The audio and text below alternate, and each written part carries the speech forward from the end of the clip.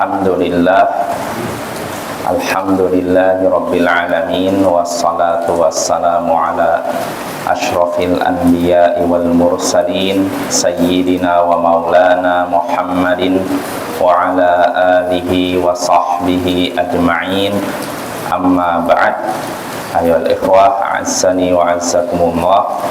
Saudara-saudara yang semoga dimuliakan oleh Allah, kita bertemu kembali di malam Ahad untuk mengkaji kitab Masailul Jahiliyah allati khalaqa fiha Rasulullah sallallahu alaihi wasallam ahlal jahiliyah. Masalah-masalah jahiliyah yang mana Rasulullah sallallahu alaihi wasallam menyalahi orang-orang jahiliyah dalam hal tersebut. Karya Syekhul Islam Mujaddidud Da'wah Muhammad ibnu Abdul Wahhab bin Sulaiman At-Tamimi rahimahullahu ta'ala. Ya, pada pertemuan sebelumnya kita sampai ke masalah jahiliyah yang ke-85 dan 86, yaitu keterangan dari Syekh at-tabarruku bi atharil mu'azzamin kadarin nadwah wa iftikharu man kana tahta yadihi bidzalik kama qila li Hakim ibn Hizam bi'ta makramata Quraisy faqal dhahabatil makarimu illa taqwa. Masalah jahiliyah yang ke-85 dan 86 yaitu mencari berkah dari jejak-jejak orang-orang besar. Mencari berkah dari jejak orang-orang besar seperti Darun Nadwah. Nah, ini sudah kita bahas. Ini kebiasaan jahiliyah, yaitu mencari berkah dari peninggalan orang-orang hebat zaman dahulu, orang-orang besar zaman dahulu. Contohnya Darun Nadwah. Dan Darun Nadwah ini tempat berkumpulnya orang-orang hebat dari kalangan Quraisy. Para pembesar Quraisy kalau punya masalah, mereka berkumpul Darun Nadwah lalu bermusyawarah menyelesaikan masalah tersebut. Nah, mencari berkah lewat peninggalan-peninggalan seperti itu kebiasaan jahiliyah. Itu yang ke-85. Ada 86, yakni orang yang punya itu merasa bangga dengan demikian. Orang yang punya peninggalan-peninggalan dari orang-orang terdahulu merasa bangga. Ini saya punya sepatunya panglima ini misalkan. Ini saya punya topinya ini sultan ini misalkan. Nah, yang seperti ini sifat jahiliyah. Sebagaimana dikatakan kepada Hakim bin Hizam, engkau menjual kemuliaan Quraisy. Jadi Hakim bin Hizam ini punya Darun Nadwah. Ya tadi, Darun Nadwah itu di zaman jahiliyah dijadikan tempat musyawarah para pembesar Quraisy. Setelah itu Nabi mengambil alih terus sampai akhirnya jadi milik Hakim bin Hizam. Setelah jadi milik Hakim bin Hizam ternyata dijual. Jadi artinya hilanglah kebanggaan Quraisy, hilanglah kemuliaan Quraisy. Maka orang-orang negur, orang-orang Quraisy nih yang tentu saja sudah muslim ya. Orang-orang Quraisy negur, engkau menjual kemuliaan Quraisy, lambang kebesaran Quraisy. Maka kata Hakim bin Hizam, telah hilang kemuliaan, telah hilang semua kemuliaan kecuali takwa. Artinya tidak ada kemuliaan yang sebenarnya kecuali kemuliaan karena takwa, bukan karena peninggalan orang-orang hebat zaman dahulu. Ada. Ini perkataan hikmah dari Hakim bin Hizam. Ya, ini Bapak ya, kita baca keterangan Syekh Shalih Al-Fauzan terkait dengan dua masalah ini. Kata Syekh di sini, ta'zimu atharil mu'azzamin minal ulama'i aw minal muluk aw minar ru'asa bi an tuhya hadhil athar wa turammam wa tusan fa hadzal amal wasilatun min wasail syirk. Ya, ini kata Syekh, mengagungkan jejak orang-orang hebat, orang-orang besar, baik dari kalangan ulama, raja, pemimpin, mengagungkan jejak orang-orang terdahulu yang hebat, entah ulama, raja, atau pemimpin, di mana jejak itu dihidupkan, direnovasi, dijaga. Ini merupakan sarana menuju syirik. Dan ini termasuk agama atau ajaran jahiliyah. Nah itu. Kenapa? Karena nanti kata Syekh sebutkan bisa jadi datang generasi berikutnya setan berbisik kepada mereka, bapak kalian ini, leluhur kalian, tidaklah mereka menjaga peninggalan ini kecuali karena di dalamnya ada berkah, ada kebaikan. Padahal generasi pertama yang melestarikan jejak orang terdahulu, tujuannya apa? Mengenang jasa orang terdahulu. Dulu hebatnya, ada orang hebat nih. Dulu kita punya leluhur orang hebat, seorang pelaut unggul misalkan. Jadi semua peralatan mungkin ke lautnya dijaga. Tujuannya untuk menang. Tapi generasi berikutnya, karena kejahilan sudah merajalela, setan bisikan, bapak kalian, kakek kalian, leluhur kalian menyimpan ini karena di dalamnya ada berkah, ada kebaikan. Nah, disinilah setan sudah menjerumuskan sedikit demi sedikit manusia menuju syirik. Ya, ini maka harus kita waspadai. Ya. Kenapa demikian? Kenapa mereka jadi mereka menganggap itu kebaikan. Nanti setelah mereka menganggap itu kebaikan, berkah, akhirnya mereka pun mengibadahinya, menyembahnya. Kenapa? Karena generasi pertama sudah menyediakan sarananya. Karena sudah disediakan sarana ini, dijaga nih, sepatu panglima disimpan, ini ditulis namanya.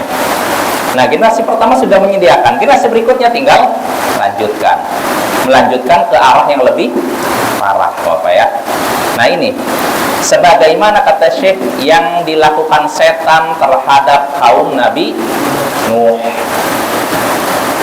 Seperti apa kita sudah bahas ketika orang-orang saleh mereka Wad, Suwa, Yagud, Ya'ud, Nasr meninggal.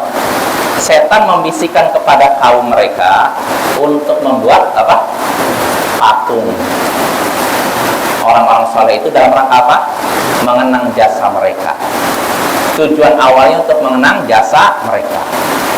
Untuk apa? Selain untuk mengenang jasa mereka, tujuannya apa? Kata Syekh, li adli antab'at fihi nasyat 'alal ibadah. Supaya semangat beribadah karena melihat patung-patung itu. Jadi ini orang soleh nih, dulu rajin ibadah, saya jadi semangat. Dengan itu saya semangat. Tujuannya gitu. Niatnya baik apa buruk? Baik ya, tapi tanpa ilmu.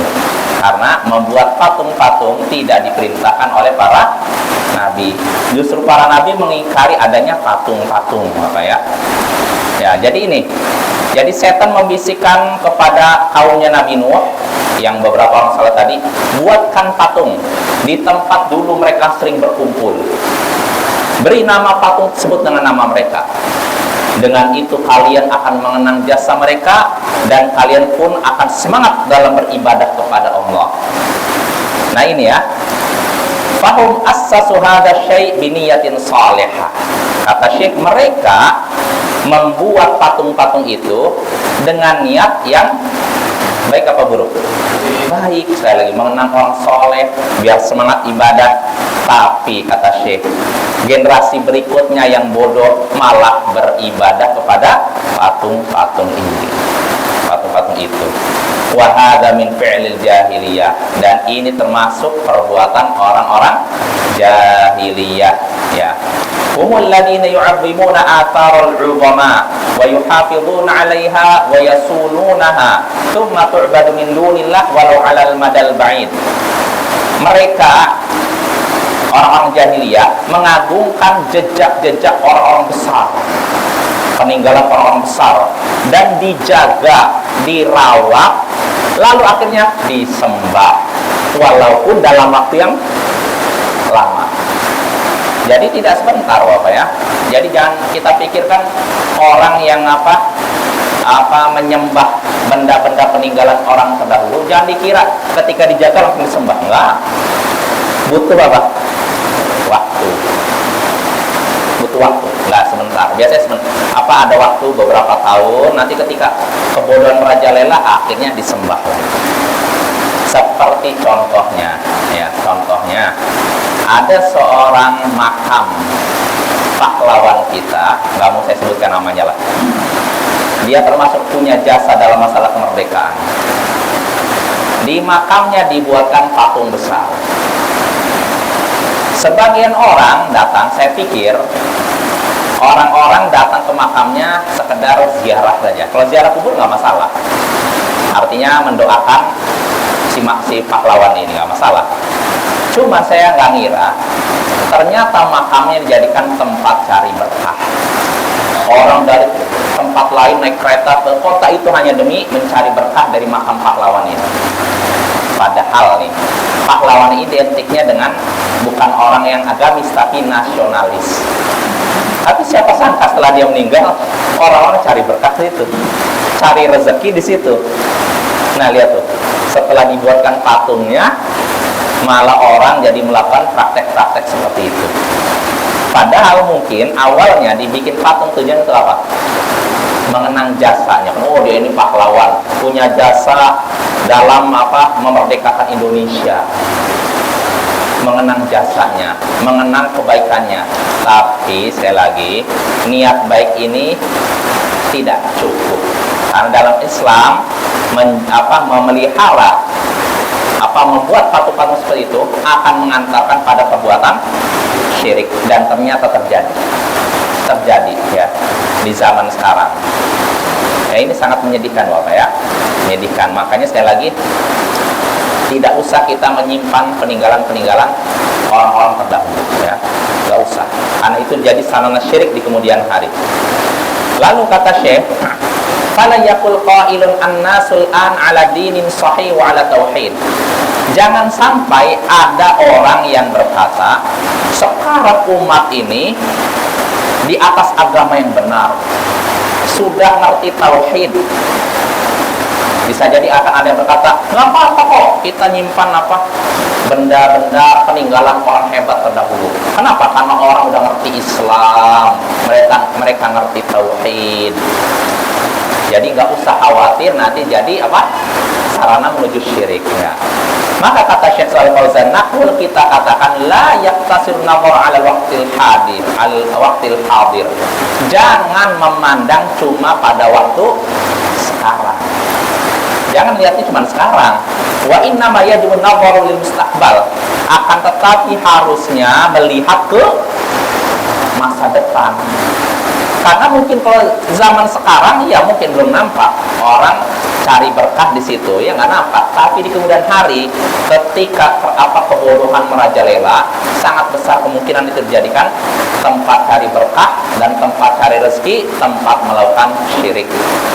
Nah ini ya, jelas apa ya? Jadi jangan lihatnya di sekarang, lihatnya nanti berapa tahun lagi, berapa puluh tahun lagi, berapa abad lagi. Lihat akhirnya jadi apa? Ya, jangankan benda-benda peninggalan pahlawan dan semacamnya. Makam keledai aja ada yang dijadikan tempat cari berkah. Padahal keledai bukan manusia. Nah ini karena kebodohan merajalela ya. Makanya jangan kita sekali-kali membuka peluang terjadinya syirik. Jadi kata Syekh, jangan memandang orang yang ada di zaman sekarang saja. Pandanglah orang yang di kemudian hari. Nanti mereka seperti apa? Ma'annal hadirin la tu'man 'alaihimul fitnatu aidan. Bersama dengan itu, padahal kata Syekh ini, yang sekarang pun tidak aman dari fitnah. Artinya gini, ketika katakan nggak apa-apa kok kita memelihara peninggalan-peninggalan orang terdahulu, orang-orang hebat, karena orang sekarang sudah ngerti tauhid. Kata Syekh, padahal yang namanya orang ketika masih hidup nggak ada jaminan selamat dari fitnah, selamat dari kesesatan. Karena mungkin saja ketika kita menyimpan benda-benda seperti itu dengan alasan orang sudah ngerti tauhid, nggak akan berbuat syirik, ternyata ada sebagian orang tetap saja terjatuh dalam syirik. Nah ini ya, ini yang perlu kita waspadai ya. Lakinnal mustaqbalu asyad, tapi masa depan, ke depan nanti itu lebih parah lagi. Kalau zaman sekarang saja kebodohan merajalela, apalagi di kemudian hari. Fala yajuzul inayatu bihadhil athar. Karena itu jangan atau tidak boleh memiliki perhatian terhadap peninggalan-peninggalan itu. Ya, nggak usah kita memelihara peninggalan-peninggalan itu ya. Wa ma halakatil umamu illa bimithli hadza. Dan tidaklah kata Syekh, umat-umat terdahulu binasa, terjatuh pada syirik kecuali karena disebabkan perbuatan semacam ini. Apa perbuatannya? Menyimpan jejak-jejak orang-orang hebat terdahulu. Mungkin sepatunya, mungkin topinya kali, atau mungkin pedangnya. Dan itu nyata kan, tahun sekarang kan banyak orang yang mengobral benda-benda bekas orang-orang soleh zaman dahulu. Ini sorbannya Kiai Fulan dijual harga yang mahal. Ini sorbannya Habib Fulan dijual mahal. Nah itu udah jadi bahan bisnis Bapak ya. Hati-hati, udah bisnis terjatuh pada perkara mungkar pula. Nah kita lanjut. Fal wajib 'alal muslimin atanabbuhu li hadzal amr. Yang wajib bagi kaum muslimin memperhatikan masalah ini. Artinya waspada. Jangan sampai hanya demi mengenang jasa orang terdahulu akhirnya menyebabkan orang-orang terjatuh pada perkara syirik ini. Wa dzakara Syekh syahidan lidzalik, dan Syekh menyebutkan bukti demikian. Ya, yaitu apa? Darun Nadwah fi Makkah. Yaitu Darun Nadwah di Makkah. Apa itu Darun Nadwah? Wa hiya makanun yajtami'u fihi akabir Quraisy litashawuri fil umuril muhimmah. Darun Nadwah yaitu tempat berkumpulnya pembesar-pembesar Quraisy. Untuk apa? Untuk bermusyawarah tentang perkara penting. Nah ini Darun Nadwah nih. Falamma ja'al Islam wa zalatil jahiliyah baqiya mabna Darun Nadwah ala halihi ila waqti Muawiyah radhiyallahu anhu litamalluq wal intifa' bisaknaha wa tahwiliha an hayatiha. Nah, tatkala datang Islam dan hilang jahiliyah, maksudnya setelah Nabi diutus, bangunan Darun Nadwah dibiarkan seperti itu saja, tidak diotak-atik sampai zamannya pemerintahan Muawiyah. Ya, lil tamalluk, untuk dimiliki, dimanfaatkan, ditinggali atau diubah dari bentuknya. Fashtar hadzal dar min Hakim ibn Hizam. Nah, akhirnya Muawiyah nih. Jadi tadi kan Darun Nadwah mungkin jadi warisan apa diturunkan oleh orang Quraisy kepada anaknya, dibeli Muawiyah dari Hakim bin Hizam. Jadi Hakim bin Hizam ini pewaris itu Darun Nadwah, tempat bersejarah ibaratnya gitu. Nah, Hakim bin Hizam menjual itu kepada Muawiyah. Maka apa yang terjadi? Falaman nasu hakiman ala dzalik. Maka orang-orang pun mencela Hakim bin Hizam gara-gara tersebut. Kenapa? Qalu, mereka berkata, lima bi'ta hadzal athar min athari aslafina wa bi'ta makramata Quraisy. Kenapa engkau menjual peninggalan leluhur kita? Dan kenapa engkau menjual lambang kemuliaan Quraisy? Ini sejarah besar ini. Ini tempat bersejarah, tempat kebanggaan Quraisy. Gimana engkau menjualnya kepada Muawiyah? Maka apa reaksi dari Hakim bin Hizam? Zahabatil makarim illa taqwa. Hilang semua kemuliaan kecuali takwa. Artinya kemuliaan-kemuliaan karena peninggal terdahulu udah nggak ada. Yang ada kemuliaan karena apa? Takwa. Ya, artinya kemuliaan sesungguhnya hanya didapatkan dengan bertakwa, bukan dengan membanggakan peninggalan leluhur ya. Wa hadza ma'khudun min qaulih, dan ini diambil dari firman Allah Ta'ala, inna akramakum 'indallahi atqakum.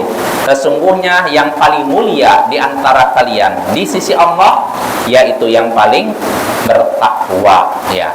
Hadza huwal jawabus sadidul muwafiqu li kalamillah wa hadza min nuril basir wa nurul iman. Inilah jawaban yang benar, yang sesuai dengan kalam Allah, sesuai dengan Al-Quran, dan ini termasuk cahaya basirah, cahaya iman. Artinya perbuatan Hakim bin Hizam ini bukan istilahnya perbuatan ngawur istilahnya gitu, tapi benar-benar berdasarkan apa? Al-Quran, berdasarkan petunjuk Nabi. Maka kesimpulan dari syekh ini, fadalla ala annahu la yajuzul ihtifadhu bil atharil qadimah. Ini menunjukkan, kisah tadi menunjukkan, contoh tadi menunjukkan tidak boleh menyimpan jejak-jejak orang-orang terdahulu, peninggalan orang-orang terdahulu. Nggak usah. Kenapa? Li'anna hadza ya'ulu ila syirik. Karena yang demikian akan mengantarkan pada syirik. Walau fima ba'd, walaupun itu di kemudian hari jauh. Sedangkan agama Islam datang menutup pintu menuju syirik. Kalau kita simpan itu, nanti ujung-ujungnya ada syirik, maka tutup. Timbul pertanyaan, bagaimana kalau yang melakukannya negara? Yaitu lain lagi urusan kita ya. Kewajiban kita cuma mengingatkan. Kalau bisa diingatkan, diingatkan. Kalau tidak bisa, sudah. Kalau bisa diingatkan ya, supaya menjauhi perbuatan tersebut ya Bapak ya. Kadang sebagian orang, terutama pihak tertentu, menyimpan seperti itu untuk tujuan apa? Kira-kira pemasukan, itu sumber pemasukan mungkin daerah atau negara dan semacamnya, disimpan tujuannya itu pemasukan itu. Sedangkan orang yang datang mikirnya bukan itu, mikirnya apa? Berkah ya, rezeki, dapat rezeki dan semacamnya ya. Maka kewajiban kita yang sudah ngerti, nggak usah sembah itu apa ya. Kalau misalkan ya Allah takdirkan kita menemukan benda, anggap peninggalan kerajaan apalah yang sifatnya bernilai, nggak usah kita simpan, nggak usah kita simpan kayak itu apa ya. Karena nanti ini kalau disimpan bisa mengantarkan pada apa tadi, orang nanti ngap ini berkah, ini kalau kita nyimpan ini rezeki kita jadi lancar. Oh, udah syirik itu. Yang herannya kadang yang seperti ini bukan cuma peninggalan dari kerajaan Islam aja, kerajaan Hindu pun gitu. Artinya apa? Ada sebagian Muslim menyimpan peninggalan kerajaan Hindu dan menganggap itu berkah, padahal Hindu. Kalau Islam mungkin agak wajar dalam tanda kutip ya, walaupun itu sebenarnya nggak boleh ya. Tapi kalau Hindu kan aneh, udah beda agama, tapi kok bisa katanya nganggap berkah. Bahkan Bapak, saya masih ingat aja, ya di zaman dulu ya, kita belum ngerti apa-apa ya. Saya pernah mengunjungi sebuah peninggalan dari kerajaan terdahulu yang bukan kerajaan Islam lah. Ya nggak perlu saya sebutkan ya, nggak perlu disebutkan. Di sebuah daerah. Dan ini termasuk istilahnya apa, kebanggaan masyarakat lah. Itu peninggalan kerajaan ini bukan Islam ya.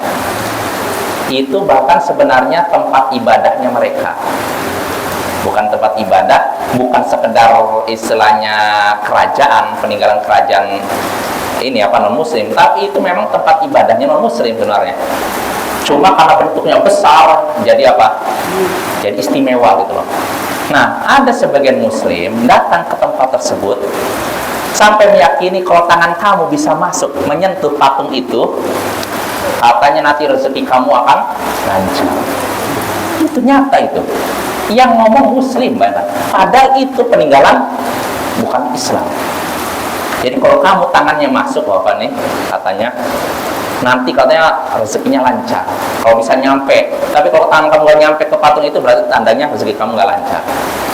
Nah, sampai segitunya padahal itu peninggalan dari kerajaan non muslim, apalagi kan muslim. Maka kalau kita menemukan benda-benda peninggalan dari orang-orang terdahulu, nggak perlu kita simpan. Ini kan lenyapkan saja. Karena kalau kita simpan nanti dikhawatirkan mengantarkan pada syirik. Termasuk juga Bapak, kalau kita menemukan buku-buku yang isinya penyimpangan, nggak usah disimpan di lemari buku kita. Anggap kita nggak baca. Dalam artian ini referensi buat nanti suatu saat saya membantah bukunya misalkan. Tapi kadang yang baca itu kan bukan cuma kita, bisa jadi anak kita baca terpengaruh. Nah, itu bahaya sekali itu Bapak ya. Maka kalau ada buku-buku menyimpang, lenyapkan aja. Anggap kita terjaga, tapi anak kita belum tentu terjaga. Anak kita penasaran, apa sih buku apa? Lihat, dia baca terpengaruh, akhirnya tersesat. Tersesatnya bukan di luar rumah, ternyata di dalam rumah. Nah ini ya, ini perlu kita perhatikan ya. Nah itu masalah jahiliyah yang ke-85 dan 86 ya. Lalu berikutnya, masalah jahiliyah yang 87, 88, 89, dan 90. Berarti 87, 88, 89, 90. 4 ya, masalah jahiliyah. Apa itu? Kata Syekh Muhammad bin Abdul Wahhab, al-fakhru bil ahsab, at-ta'nu fil ansab, al-istisqa'u bil anwa, an-niyahatu 'alal mayyit. Nah, ini penting nih. Masalah jahiliyah yang ke-87, 88, 89, dan 90, yakni membanggakan kebesaran leluhur. Tuh. Mencela nasab, garis keturunan orang, mengaitkan hujan dengan bintang tertentu. Ini turun hujan ya, nah, contohnya begitu. Mengaitkan hujan dengan bintang tertentu. Kalau hujan ini turun karena bintang ini. Nah, itu. Lalu keempat, meratapi orang mati. Meratapi orang mati artinya nangis dengan suara. Nah, itu kebiasaan jahiliyah. Jadi ada 4 nih. Ada 4 ya. 4 ini disebutkan dalam satu hadis. Hadisnya yaitu hadis dalam Sahih Muslim. Di sini Nabi Shallallahu Alaihi Wasallam bersabda, "Arba'un fi ummati min umuril jahiliyah la yatrukunahun." Ada 4 perkara jahiliyah yang masih ada pada umatku dan belum mereka tinggalkan. Jadi 4 perbuatan ini sebenarnya perbuatan jahiliyah, tapi masih ada pada umat Nabi Muhammad dan belum mereka tinggalkan. Apa itu? Al-fakhru bil ahsab, membanggakan kebesaran leluhur. Oh, lihat nih, leluhur saya Quraisy dari suku Qusay, dibangga-banggakan. Ya kalau kita bisa tahu lah, menurut saya seorang ini dibangga-banggakan di hadapan bangsa lain. Jadi ini termasuk perkara jahiliyah. Kalau kita saya senang keturunan ini nggak masalah. Tapi kalau saya membanggakan di hadapan bangsa lain, suku lain, sambil meremehkan suku lain, nah ini kebiasaan orang jahiliyah ya. Ini yang pertama. Lalu kata Nabi, wa ta'nu fil ansab, mencela garis keturunan orang lain. Ya ini termasuk jahiliyah. Lalu ketiga, istisqa'u bin nujum, mengaitkan hujan dengan munculnya bintang tertentu. Hujan ini turun karena sebab bintang ini. Hujan ini turun karena sebab bintang itu. Yang perkara jahiliyah. Yang ketiga. Yang keempat, meratapi orang mati. Nah, kita bahas satu persatu. Adapun pertama, termasuk sifat jahiliyah, membanggakan kebesaran leluhur. Seperti apa? Kata Syekh di sini, Syekh Shalal Fauzan, an yaftakhirul insanu bi amjadi abaihi wa ajdadi, yaitu seseorang membanggakan kebesaran dan kemuliaan ayahnya dan kakeknya ke atas ya. Dan ini termasuk kebiasaan jahiliyah. Kenapa? Li'annahum kanu yajtami'una fi Mina wa badala an yadhkurullah azza wa jalla yadhkuruna mafakhira abaihim. Nah ini nih. Kenapa ini termasuk kebiasaan orang jahiliyah? Karena orang-orang jahiliyah mereka biasanya kumpul di Mina di musim haji. Yang seharusnya mereka di Mina berzikir kepada Allah, menyebut nama Allah, mereka malah menyebutkan kebesaran leluhur mereka. Oh, kami dari suku ini begini, kami dari suku ini. Nama leluhurnya diagung-agungkan di hadapan suku lain. Yang harusnya menyebut nama Allah malah menyebutkan nama leluhur. Nah, ini kebiasaan jahiliyah ya. Allah nyinggung dalam surat Al-Baqarah 200, fa idza qadaitum manasikakum fadhkurullaha kadzikrikum aba'akum aw ashadda dzikra. Jika kalian sudah menyelesaikan manasik kalian, manasik apa? Manasik haji ya, sudah selesai proses ibadah haji, maka berzikirlah kepada Allah seperti kalian menyebut leluhur kalian atau lebih hebat lagi daripada itu. Artinya gini, karena orang-orang jahiliyah itu kalau di Mina musim haji mereka kan menyebutkan suku ini, misalkan suku Quraisy membanggakan leluhurnya Quraisy. Nanti suku lain Kinanah membanggakan suku, saling membanggakan satu sama lain. Yang harusnya menyebutkan nama Allah memuji Allah, malah menyebutkan kebesaran leluhur. Nah, maka Allah ingatkan, kalau kalian sudah selesai manasik, sebutlah nama Allah seperti kalian menyebut nama leluhur kalian, atau lebih besar lagi daripada itu. Artinya harus lebih banyak lagi menyebut Allah dibandingkan ketika kalian dulu menyebut nama-nama leluhur, apa ya? Ini kebiasaan orang-orang jahiliyah ya. Nah, itu yang pertama. Yang kedua, waqa'nu fil ansab, mencela garis keturunan, nasab ya. Seperti apa? Syekh menyebutkan contohnya, ka'an yaqul fulan ma lahu asl. Fulan tidak ada asal usulnya. Apa maksudnya ini? Atau fulan min qabilatin laysat hiya asilah. Fulan termasuk kabilah, suku yang tidak ada asalnya. Maksudnya tidak ada asalnya apa? Enggak jelas asal usulnya. Itu apa ya? Yang seperti ini, wa hadza ma'na tanaqqusul akharin. Ini maknanya menjelekkan orang lain. Enggak boleh kita seperti itu. Nah, sayangnya yang seperti ini ada dan masih ada di kalangan orang-orang Arab. Mungkin bapak-bapak tahu kisah Julaibib, seorang sahabat Nabi yang gak jelas asal usulnya. Bagi orang Arab, kalau seorang gak jelas asal usulnya, maksudnya bin ini, kan jelas kan? Ya kan ada sebagian suku, apa kalau orang Arab sangat menjaga biasanya nasab mereka sampai ke berapa gitu kan. Nah, tapi ada seorang sahabat Nabi nggak jelas asal usulnya. Entah mungkin dia anak diculik dari orang lain lalu terlantar, nggak tahu juga ya. Yang jelas dia nggak jelas asal usulnya, diremehkan. Padahal dia sudah masuk Islam. Sampai akhirnya dalam suatu perang, Nabi nanya, mana si fulan? Oh, nggak ada. Mana si fulan? Nggak ada. Mana Julaibib? Nggak dijawab. Setelah dicari ternyata Julaibib sudah meninggal. Maka Nabi sampai beliau sendiri yang menguburkan Julaibib. Sedangkan orang-orang ngapain diurus? Dia orang nggak jelas asal usulnya, nasabnya nggak jelas, tapi ternyata Nabi memuliakannya. Artinya sekali lagi, kemuliaan yang sesungguhnya berdasarkan takwa, bukan berdasarkan sukunya mana, garis keturunannya dari mana, nggak dinilai. Di akhirat nanti nggak akan dipanggil kamu dari suku apa. Oh, kalau kamu dari suku yang mulia, kamu masuk surga. Kamu dari suku apa? Suku rendahan, nggak, kamu masuk neraka. Begitu? Nggak ada. Di akhirat nanti seorang masuk surga berdasarkan takwa, bukan berdasarkan garis keturunan apa, kamu berdarah biru atau berdarah hijau. Nggak ada kayak gitu ya. Maka ini pentingnya kita jaga lisan. Jangan sampai kita mencela garis keturunan orang lain ya. Karena apa? Kemuliaan sesungguhnya berdasarkan takwa, bukan nasab. Maka bapak nggak boleh juga nih, mungkin bapak mungkin udah tahu lah, yang kasus viral di negara kita berapa bulan belakangan ini mempermasalahkan nasab suatu klan ya. Mungkin tahu kan? Oh, ini bukan keturunan Nabi ya. Anggap suku ini atau istilahnya marga ini bukan keturunan Nabi, tapi nggak boleh juga kita melecehkannya. Nggak menyatakan, Allah ternyata dia keturunan Yahudi. Hati-hati ngomong kayak gitu.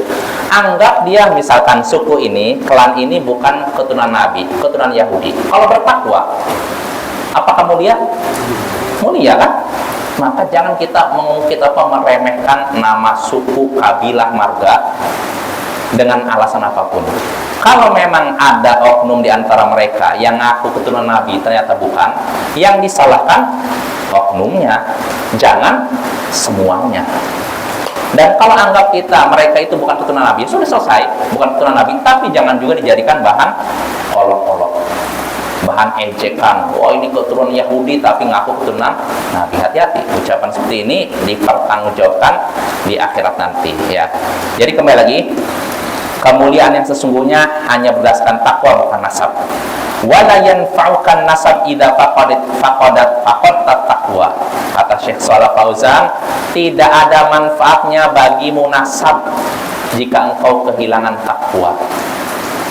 Tidak ada manfaatnya bagimu nasab. Artinya enggak ada manfaatnya bagimu nasab yang tinggi. Anggap kamu keturunan raja apalah, berdarah biru. Enggak ada manfaatnya ini kalau engkau tidak bertakwa. Ya.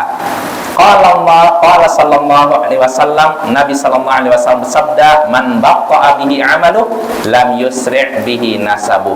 Siapa yang lambat amalnya, maka nasabnya tidak bisa mempercepatnya.